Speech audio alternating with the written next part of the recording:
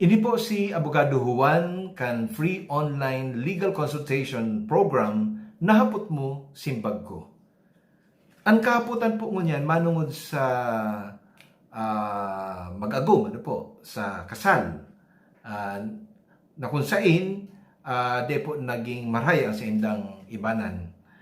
Hali po sa sarong lalaking taga probinsya nin Albay. Uya po ang hapot. Pwede daw pong ipadampot ang sakuyang agum na babae asin ang sa iyang kasaruan na lalaki na igwaman agum. Pareho po sinda may simbagon sa matakan Diyos asin po sa lay. Ang kasal po baga sagrado. Sabi po nga ni kayan sa Biblia, what God has put together, let no one or let no man put asunder. Ano man po daang pinagsarukan man na Diyos sa paagi po ng kasal, sagrado, de po da pwedeng basta na sanang buwagon kan tao, kan magagum o kan saro sa inda.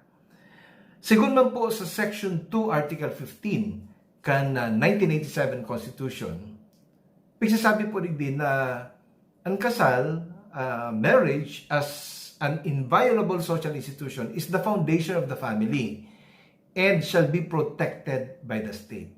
Pundasyon po da kang pamilya ang kasal, asin iyan pigpoprotehiran kan estado. Ninuli po ta mas maray sa komunidad, sa sosyedad na sararo ang pamilya para normal na matalubo asin naatindiran ang mga aki. Asin siriman po sa Family Code. Article 1, pagsasabi po kaini na ang kasal po marriage is a special union between a man and a woman. A special contract of permanent union. Bako lang siyang ordinaryong kontrata, kundi sarap pong espesyal na kontrata ng pag-ibanan kan sarong babae asin lalaki na nag-inaguman asin sa indang pag-inaguman po permanenteng relasyon. Itong pigkapuntang forever, till death, do us part. Ano po? Sa madaling sabi, di pwedeng rauton ini, kan taho. Ngunyan, balik po kita sa imong kahaputan. Kung pwedeng damputo na sana sa imong agum na babae, asin sa iyang karelasyon na lalaki, kung sinda po baga nagkakaigwa ng daindatang relasyon, asin nakakadanyar siyempre kang pamilya nindo, asin kang pamilya kadtong lalaki. As a general rule po, ano po, ninhuli po ta ang pag-arestar ni sarong tao, they pwedeng gibuhon ura-urada, ano po, nin si Sayman. Kay puan po ang pigapod na warrant of arrest. Apwera na lang po kung caught in the act. Ito pigapod na in flagrante delicto. Kung nahiling mo naman, nakipig ko kumiteran sa rong krimen, alangan man na pabayaan mo, kung kaya mo man sa nang masubdyu. Ito pong may kagibo kang krimen o nagigibo kang krimen. O kaya, is attempting to commit a crime o about to commit a crime, as in, yaong ka po dyan, di mo man pwedeng dalanon lang, tapos halato nagibo niya ang krimen, di nagkaigo po lugod ng danyos, injury, duman po sa pigigibuan kan krimen. O kaya, has just committed a crime. Kakukomitin lang, di panahaloy, katatapos lang, as in, may pagtubod ka, personal, na knowledge, na kaaraman, na may kagibo talaga kang krimen, ito pong dadakupon mo. Yan po ang pigkapuntang citizen's arrest. Ngunyan, kung ang sitwasyon po baga, sarong criminal act na sexual intercourse between, duman po sa agumong babae, o kaya duman sa, asin, itong karelasyon niyang lalaki, apera kang pwede mo sinandakupon, pero ang nangyayari po rin may lay po, Article 247 of the Revised Penal Code, na nagja-justify po nga ni. Kan anuman na bagay na pwede mong gibuhon na pwede ikagadan, ninda, kadto nagigibo kang krimen na yan, o kaya magresulta sa serious o anuman na injury ninulita kinulgan mo po sinda. Iyan po ang pigapod na death or physical injury inflicted under exceptional circumstances. Ini po ang pigapod na law in defense of honor. Honor killing. So kung magalan mo po sinda, mayong penalidad, apera lang kan destiero. Ito po pigapod na pagsuway sa imo para po day na maglalaang krimen. Papaistaron ko po sa harayong lugar. So iyan po ang pwede mangyari kung caught in the act or is about to commit a crime, tapos nangyari ang sarong krimen na sexual, as in, ang resulta, naanggot ka, iyan po ang pigapod na justified burst of passion, may ka pong criminal liability apwera kadtong pagsuway sa imo na pigapod po nganing destiero. Ngunyan, kung mayo man po ang mga circumstansyang ini, igwa ka lang ning mga ebidensya na igwa po sindang sexual relationship, pwede ka na pong mag-regular filing sa Fiscal's Office, sa Office of the Prosecutor, kasi indo pong lugar sa probinsya o syudad, para po i-file ang krimen na adultery laban po sa imong babae. As in, every sexual act, kung igo pong ebidensya, is a crime of adultery. So, iyan po ang pwedeng maging kriminal na kaso na pwede mo pong isangat laban po sa imong agom na babae.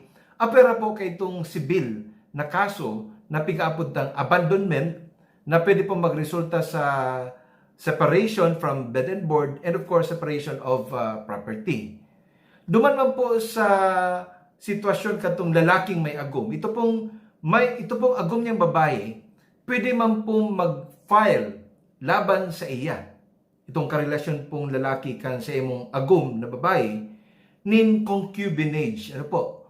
Concubinage as defined and penalized under Article 334 of the Revised Penal Code. Ito pong adultery, Article 333. So, paano po nakokomitir ang concubinage?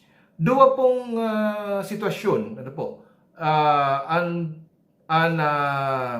pwede makonsiderar na concubinage. Primero po, kung igwang cohabitation. Ikaw pong pigaharong mo na. Pwedeng pigaharong mo itong sambay mong babae sa diri mong harong. Sa kang harong kang pamilya. Ito pong pigapod na conjugal dwelling. Iyan po, concubinage yan. O kaya, harong-harong mo sa ibang lugar. Ika nag-arkila, okay, patugdukan mo ning harong, nagsusuporta ka boss, tapos nagduduman ka para po magkaigwa ning sexual relationship doon po sa sambay na babae. O kaya itong ikatulong paagi na makomiter po ang concubinage, ito pong sexual intercourse under scandalous circumstances. Ano po ang pick-up na scandalous circumstances? Doon po baga sa adultery, scandalous or not, adultery na. Basta igwa pong sexual intercourse. Igwang sexual na relasyon itong agumong babae sa ibang lalaki. Pero sa concubinage po, itong sitwasyon kadtong lalaki na sasangatan kang o pwedeng sangatan ng kaso ng concubinage kadto pong agum niya man na babae, kay po scandalous circumstances. Halimbawa, ang sa indang paggibo ng sexual acts o sexual intercourse, ginigibo sa harong ninda mismo sa conjugal dwelling na pigaapod to pigistaran po kan sa indang pamilya. Halimbawa, kung naghahali po ang agum na babae katong lalaki, iskandaloso po yan. So, that will fall also under concubinage. So, yun po yan ang pwedeng isangat laban po sa dua. Sa imo pong agum na babae, adultery, duman po sa lalaki, pwedeng saangatan man kadtong agum niya na concubinage. So, yun po yan. Ang pwedeng maging criminal liability or consequences kung igwa pong karelasyon ang sa imong agom na babae.